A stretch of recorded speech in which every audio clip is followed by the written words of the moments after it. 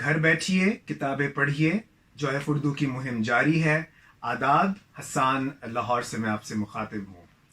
میر و مرزا ذوق و مومن نے جسے بخشی جلا، وہ زباں نواب مرزا داغ کی رکھتا ہوں میں۔ 8 صدیوں تک جسے پالا عوام الناس نے، 8 صدیوں تک جسے پالا عوام الناس نے، فخر ہے مجھ کو زبان خسروی رکھتا ہوں میں۔ اردو ادب، اردو تہذیب اور اردو زبان اگر تینوں کو یکجا کیا جائے تو جو حسین امتزاج بنتا ہے اسے ہم گلزار دہلوی کہتے ہیں، اور ایک بہت بڑا نام ہے اردو شاعری کا۔ آپ 1926 میں پرانی دلی کی گلی کشمیریہ میں پیدا ہوئے اور کل یعنی 12 جون 2020 کو آپ وفات پا گئے۔ ایک بہت بڑا عہد تھا جو تمام ہوا۔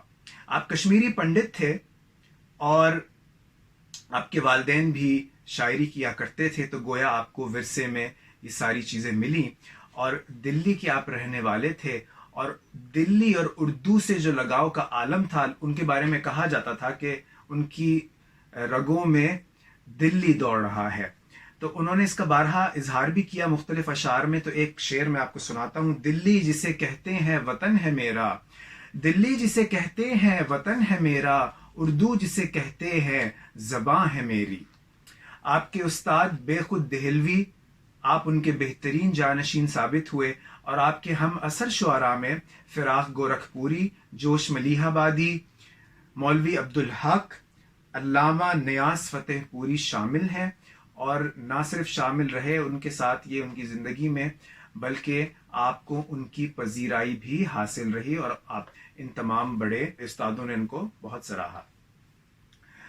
آپ کراچی تشریف لائے تھے 2002 یا 2004 کے بیچ، مجھے تاریخ یاد نہیں ہے، جو کراچی کا سب سے بڑا عالمی مشاعرہ ہوتا ہے ساکنان شہر قائد کا، اس میں آپ تشریف لائے تھے، اور مجھے سعادت ملی کہ ان کو میں نے لائیو سنا، اور بڑی مسحور کن شخصیت تھی ان کی۔ سفید شیروانی اور چوڑی دار، اور سر پہ نہرو والی ٹوپی ہوتی تھی، اور نام کی مناسبت سے ایک گلاب کا پھول وہ اپنی شیروانی پر لگایا کرتے تھے۔ گلے میں موتیوں کی ایک خوبصورت سی مالا ہوتی تھی، اور ایک لاکٹ ہوتا تھا جس کے بارے میں کہا جاتا تھا کہ اس میں کچھ چیزیں قرآن کی ہیں اور کچھ چیزیں گیتا سے انہوں نے لے کر اس میں لکھ کے اندر رکھی ہوئی ہیں۔ جب آپ پڑھتے تھے، جو انداز، جو جوش خطابت تھا وہ کمال تھا، اور زیادہ تر وہ نوجوانوں کو بھی اپنے شاعری میں ان کو پیغام دیا کرتے تھے۔ امن کے حامی تھے اور جنگ کے خلاف تھے، اور اسی سلسلے کی ایک نظم میرے پاس ہے، طویل نظم ہے لیکن میں نے کچھ سطور نکالی ہیں کہ میں آپ کو سناؤں۔ اس میں سے میں آپ کو کچھ پیش کرتا ہوں۔ خواب غفلت سے جوانوں کو جگانے کے لیے، جنگ کے شعلوں کو دنیا سے مٹانے کے لیے، حامیان امن کی اس بزم رنگا رنج سے، ہر عدو امن کو آیا ہوں میں للکارنے۔ تم کو مولا کی قسم، تم کو خدا کا واسطہ، تم کو صدقہ ہر ولی، ہر پیغمبر و اوتار کا، تم کو ہر بانی مذہب کے طریقوں کی قسم، آسمانی اقدس و اطہر صحیفوں کی قسم۔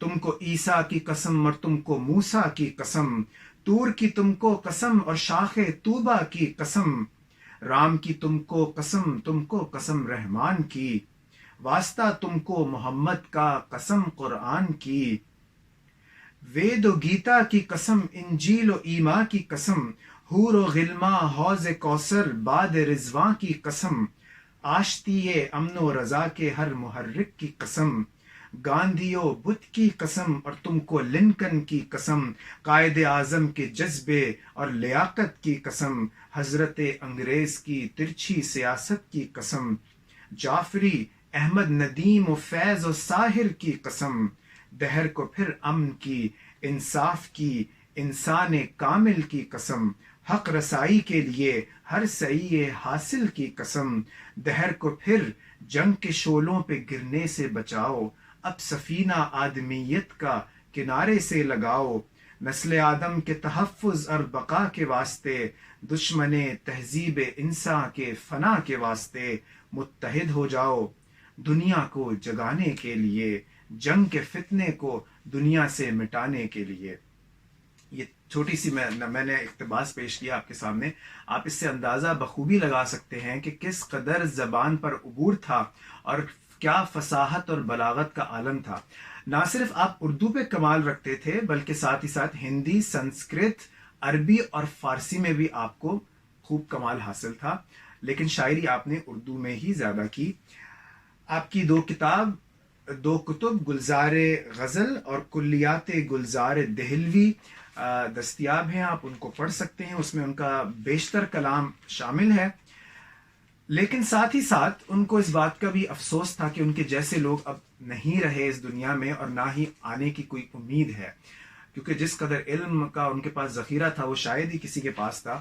اور ساتھ ہی ساتھ دلی کے جو حالات تھے، اب ظاہر ہے جو تہذیب و تمدن انہوں نے اپنے دور میں دیکھی اب وہ دیکھنے کو نہیں ملتی، تو ان دونوں باتوں کا ان کو غم تھا. اور انہوں نے لکھا کہ مٹتی ہوئی دلی کا نشاں ہیں ہم لوگ، مٹتی ہوئی دلی کا نشاں ہیں ہم لوگ، ڈھونڈو کہ کوئی دن میں کہاں ہیں ہم لوگ، جلتی ہوئی شمعوں کے سحر کے آنسو، بجھتی ہوئی لکڑی کا دھواں ہے ہم لوگ. اور میں اپنی بات اس شعر پر ختم کرتا ہوں. ان کی غزل کا ایک شعر ہے اور مجھے بہت پسند ہے اور میں سمجھتا ہوں کہ حاصل زندگی یہ شعر ہے.